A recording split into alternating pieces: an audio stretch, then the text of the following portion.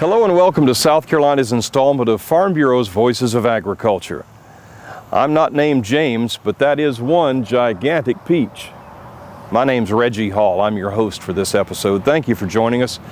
Our title for this episode is Peaches and Cream. That's because June is Dairy Month. We'll go to a dairy in South Carolina. And we'll also talk about technology and marketing when it relates to peach farms in South Carolina.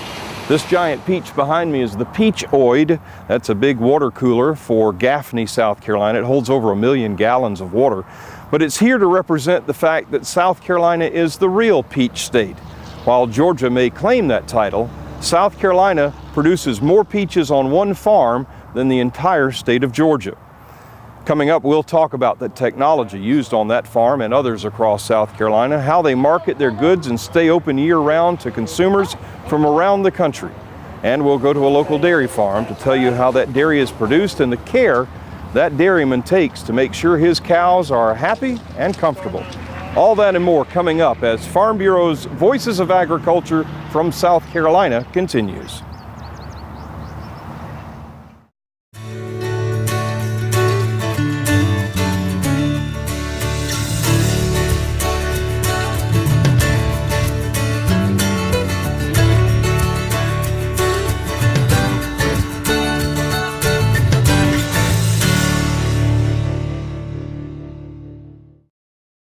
Hello and welcome back to South Carolina's installment of Farm Bureau's Voices of Agriculture. I'm your host, Reggie Hall.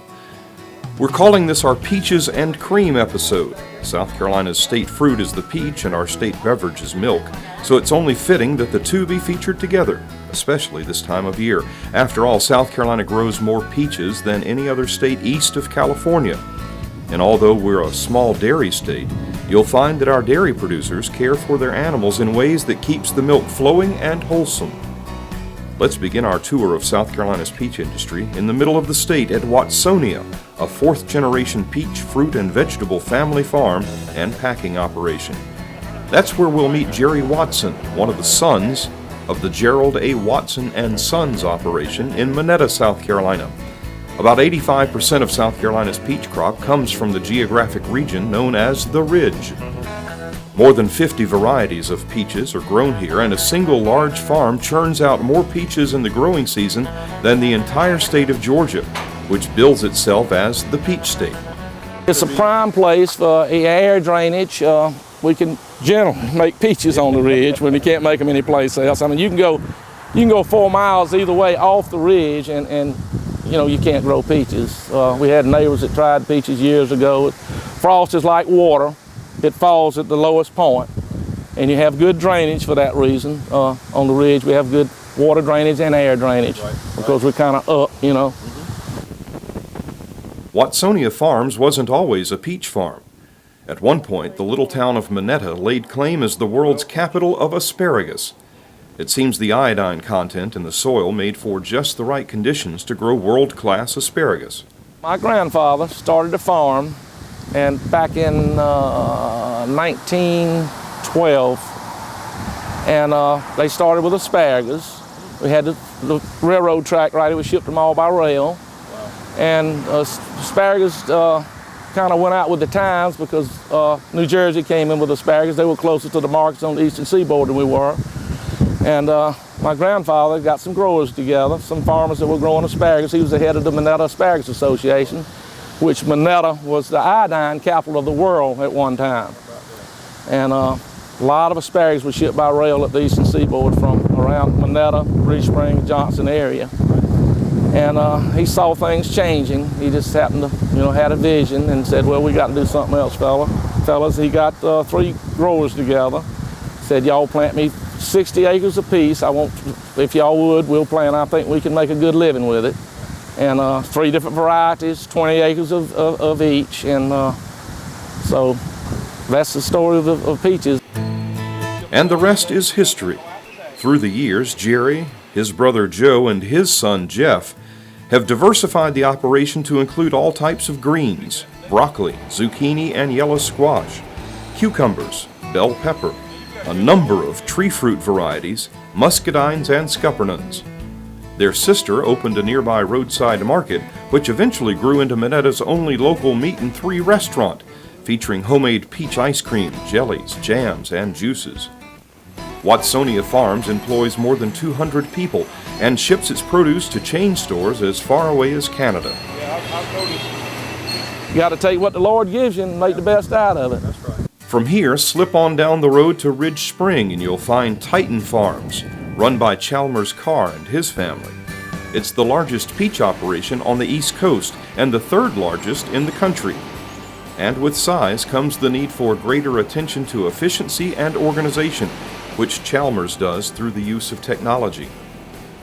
We also use it as a very good grower's tool, meaning if you have the same variety in two different fields, but one is sweeter than the other one, we start looking at what we do different. Was it the soil, and was it the nutrients in the soil, or was it an irrigation process, or maybe Mother Nature gave us more rain in one place than another? So being able to go back and correlate those differences and have something like this technology that you know is very accurate and tells us those, we spend a lot of time in the winter analyzing that information to how we can make our fruit sweeter, larger, and of course better tasting for the consumer. Like other family farmers across the country, Titan Farms is committed to the most stringent food safety practices, including having the ability to trace a single peach from its final destination grocery store all the way back to the orchard and the crew that picked it. Peach picking crews place their fruit into bins labeled with a specific barcode that indicates the crew, date, and place the peaches were picked. As those peaches make their way through the packing process, they continue to be tracked. Each lot is processed with fruit from the same barcoded bin. Finally, the boxes and pallets from those lots are marked with the same barcode before they leave for the grocery store, enabling the grocer to trace the fruit back to its origin in case the need ever arises. We trace it all the way back to the orchard, so which harvest crew was in that orchard, what day they picked it from, what variety it was. Comes to the packing shed, we know exactly where it sat in its storage locations before packing. As it goes through the packing process, we use the technology to help us with our pack outs, what size fruit, what quality we had. Then when it goes into the pack box ready for shipping, we know exactly what's in every box, and we're able to trace that box to every store. In addition to the traceback ability, the farm also runs every peach through a high-speed scanner that registers the sugar content, size, and weight of each and every peach. Right here on the packing line, we have a light scanner that detects the bricks or the sweetness of the fruit. It's a non-destructive technology. It uses the wavelength of light, and as that light bounces back from the fruit, we can correlate that relationship to how sweet that fruit is. Phenomenal technology. We did all the R&D for the company that developed it, and that is something that we have used quite a bit. Another one of Titan's food safety tools is the 26-camera security system that enables Chal and other managers to keep an eye on all the phases of the operation. From one monitor, they can see trucks coming and going, peaches going through the line, and how they are finally packaged for sale and shipment. One of the newest technologies on the farm that employs close to 550 people is the computerized irrigation system. Since the system has been in use, Titan Farms has saved tons of water, literally. The 50% line, the red line right there, tells me I'm getting dry and I need to water. I want to hover right here on the green line, and the blue line means I've got too much water. Now, we've had rain for the last 7 days. So both of these events right here are rainfall events. So we had 2 rainfalls that day. We had rain 2 days ago, and we had rain yesterday. So we are not irrigating at all on this farm.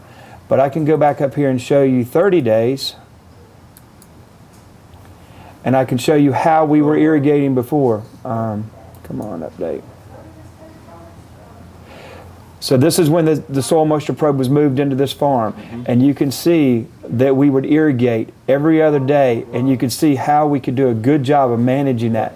And then we got dry, and here's where the rainfall occurred. Well, that's peaches, and so this is a week right here, 5/21 to 5/28. So we were watering every other day, and we were running for 4 hours. What is really going to be interesting is you come over here and you look at the soil moisture. And again, I'll take this to, let's go to 2 weeks. This is where the technology is just phenomenal, because it's not only telling me what's going on at one level of the soil,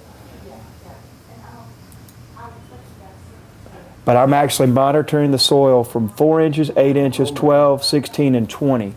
So when I am irrigating, I know whether I'm being wasteful, because I really only want to influence my water in the top 12 inches. Right. Anything below that, the root system's not taking it up.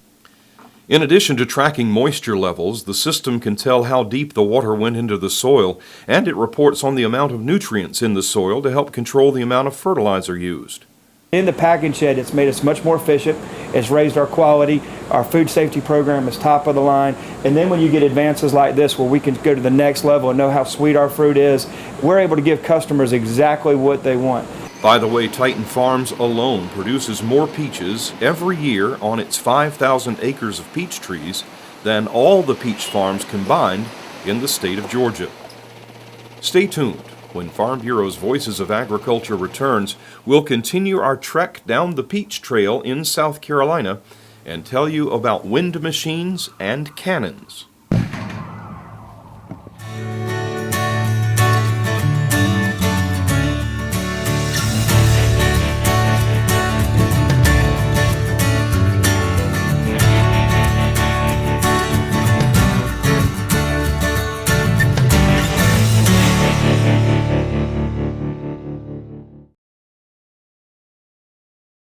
Welcome back to South Carolina's installment of Farm Bureau's Voices of Agriculture. I'm your host, Reggie Hall. We pick up our peach tour in South Carolina's PD region near the South Carolina coast to visit with Kemp McLeod and McLeod Farms in the small town of Macby. McLeod's is the home of Mac's Pride peaches, from orchards that have been in the family since 1916. Owner-operator Kemp McLeod is the fourth generation to work the family farm that employs more than 200 seasonal workers and about 30 full-time staff. The peach production season at McLeod's, as well as other peach operations around the state, is a year-round operation. Trees have to be pruned and fruit has to be thinned to allow a hand's width between each peach to allow the remaining fruit to grow to adequate size, maturity, and sweetness. McLeod's uses a variety of high-tech equipment on the farm, including drip irrigation, wind machines, and hail cannons. The wind machines are used to warm up the orchards to prevent frost damage by blowing warm air from higher elevations down to ground level. Ordinarily, there would not be any leaves on the trees when the wind machines are activated at 35 degrees. This demonstration, however, shows just how great the wind force is from the pair of 12-foot blades. As the blades rotate, so does the head of the wind machine, so it covers a 360-degree area around each tower. The night sky is drawing the energy out of whatever object you have, and it can actually freeze before the temperature gets 35 degrees. When you first cut a wind machine on, it'll actually it's a little bit colder because it's initial cutting it on. Mm-hmm. The heater out there is actually the ground. We try to keep the ground as clean as possible. Mm-hmm. And that heat, when that wind hits the ground, it's mixing that cold air with the ground itself. Right. And then it's bringing heat back up in the tree. Okay. And then if we think we need more heat, here's straw bales, there's straw, we're gonna bale this straw here. And we put the straw around the field and we light the bales. And then that heat, we try to get on the drift. Right. Most time at the cold nights, you have a drift. Mm-hmm. Mm-hmm. And that drifts the heat into the orchard, and then the wind machine actually can blow the heat back into the trees. In the spring and early summer months, neighbors of the farm are likely to hear the booming 160 decibel sound of cannons. Not artillery cannons, but hail cannons, to help dissipate potential hail from damaging fruit that's already on the trees. What this does is it tries to keep the water droplets from being formed into ice. It tries to disturb that movement or disturb the turbulence. Mm-hmm. So that's a lot of energy. Hail cannons have been around since the late 1800s, with newer technology coming on board in the last 30 years or so. I've actually seen it blow a hole in the clouds. Wow. I've seen it blow a hole in the clouds. Wow. In addition to the drip irrigation, wind machines, and cannons, Kemp McLeod monitors his energy costs and conserves by using the most efficient cooling processes, low-cost lighting, and other processes to keep his $250,000 a year energy bill under control. Energy's not a cheap thing. It used to be 10 years ago, 3 cents a kilowatt, 4 cents a kilowatt. It's not that way anymore. So we have got to learn to be more efficient. The McLeods also operate a booming roadside market on a main road used by travelers going to and from Myrtle Beach. The market features their fresh-grown peaches and other fruits and vegetables grown on the farm.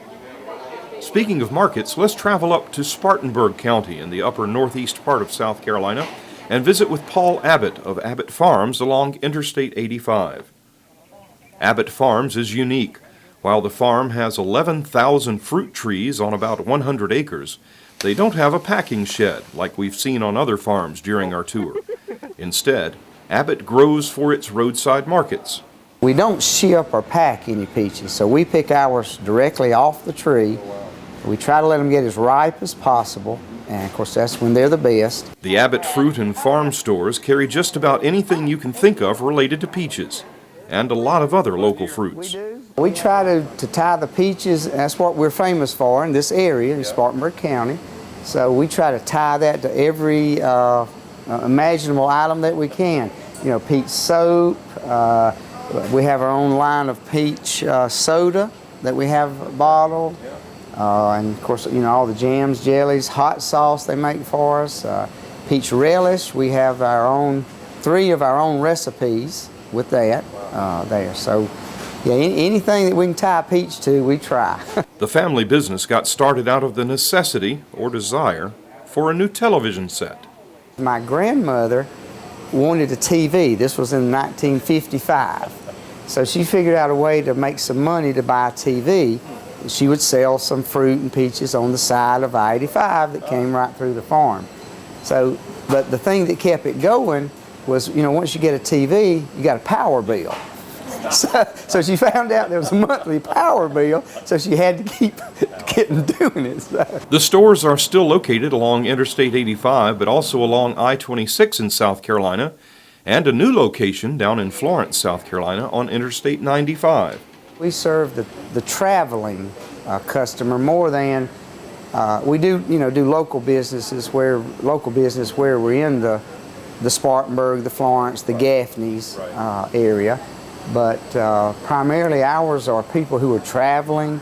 They're in a hurry. You know, most people traveling in a hurry. So it's not, we don't serve the market that wants to sit and experience the farm like somebody who offers the hay rides and the corn mazes and those things. That's just, the majority of our customers are not those people with that kind of time. Paul Abbott is always looking for a new way to expand his family farm business. They recently expanded their bakery operation. 2 years ago, we built a new store and put in a small bakery, and we do our peach spreads, our peach pies, do a fruit cake during the winter, and ice cream. So that did really well, and we were able to secure a larger building, so we've just moved that bakery to a full service, a dedicated building that is just the bakery. Like the other peach growers we talked with, Paul would love to hire local folks to work on the farm, but unfortunately, few people want to work long, hot hours in the peach field. And the people who say that there is local labor that will do that are just living in a dream land. There is not local labor that will do that. And the hourly wage is not an issue either. You know, they have no experience because there's no longer an agricultural background here. And you know, it's really hot work, it's hard work.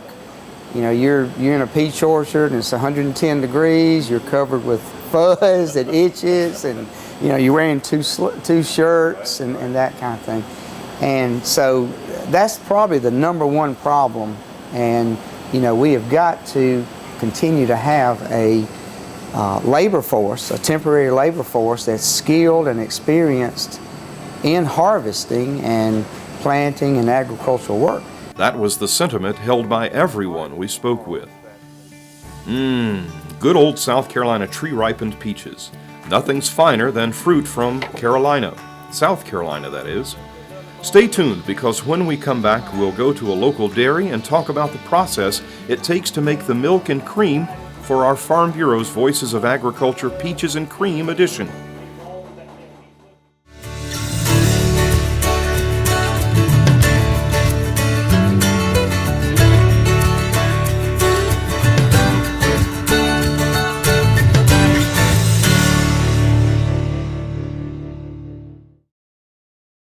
Welcome back for more of Farm Bureau's Voices of Agriculture. I'm Reggie Hall. We hope you enjoyed our peach tour of the state. Now it's time to talk about milk during this Peaches and Cream episode from South Carolina. The peach is our state fruit and milk is our state beverage. Meet Kevin Satterwhite, third-generation dairy producer from Newberry County, South Carolina. The Satterwhite farm has 900 Holstein cows. The milking parlor is run 3 times a day at 2 and 10 in the morning and again at 6 in the evening. They milk 700 cows 3 times a day and the other 200 cows twice a day for a total output of about 7,500 gallons of milk every day. Each shift takes about 7 hours. We're just hard workers and we want to do the best we can, keep the healthiest cows and do the best we can for the environment so that this farm will be around for years to come. In addition to the 900 head of milk cows, Satterwhite Family Farms also farms about 3,000 acres of row crops, including corn silage, corn, wheat, and soybeans for feed. And they have about 400 beef cows. Kevin Satterwhite is like most other dairy producers and other livestock operators for that matter. He realizes that it's in the farm's best interest to take the best possible care of his herd. Not only is that the right thing to do, it also helps protect the family farm's bottom line. You see, stress-free cows give the most and best milk. The better dairymen that stand out produce high-quality milk. They take good care of their cows. Here at this facility, we have our cows in barns. We have fans and we have misters, and they're comfortable here. They lay in sand beds, and they're real comfortable. Kevin would rather his herd stay healthy and never need medicine. But just like with our kids, when they're sick, they often require antibiotics to get better. Except in the case of a dairy farm, when that happens, the cow is pulled out of production until her milk is safe and pure again. Each tanker load of milk is sampled. When the dry milk truck comes, he samples that milk, he takes it to the lab, it's checked for antibiotics and bacteria, anything that could be wrong with it. It is checked before it ever is pasteurized and enters the food chain. Right. Kevin spends time with veterinarians and animal nutritionists on a regular weekly basis to help monitor the health of his herd. In addition to taking great care of his animals, the Satterwhites also take care of the environment. They use recycled water to flush the cow barns clean several times a day, and they use conservation practices on their row crop operation. When it's time to milk, the cows are driven into the milking parlor, 14 at a time. There's one worker assigned to each of 7 cows to make sure each cow is inspected for healthy teats and milk before each udder is thoroughly cleaned and the milking machines are attached. But technology's really advanced in the dairy industry. We have handheld computers that we use. I think we have around 5 handheld computers. Most of my employees that are in the cows have computers, and it's about like a person. If that cow sneezes, we can enter it in there, and you have a health record on her from the time she's born to the time she leaves. As the milk leaves each cow, it's pumped by pipes through a plate chiller to help it reach its ideal temperature of 36 degrees. But that's the key to good quality milk. You really want to cool it as fast as you can. The milk is stored in stainless steel tanks until the milk hauler transfers it into his truck for hauling to the processor. Well, that's all the time we have for South Carolina's installment of Farm Bureau's Voices of Agriculture. Thanks for watching. We hope you've learned a little bit about the technology involved in getting the peach from the tree to the market to you, the consumer, so that it's at its optimum point of taste, ripeness, and enjoyment for you, the consumer. We also hope you've learned something about dairy farming and the fact that dairymen take great pride in taking care of their cows so that they can provide the best milk for you, the consumer. If you want to know more about the farms we visited or the topics that we covered on this episode, please log on to our website, scfb.org. Follow us on Facebook. We'd love for you to like us. That's South Carolina Farm Bureau Federation. Or follow us on Twitter as well. Until next time, I'm your host, Reggie Hall.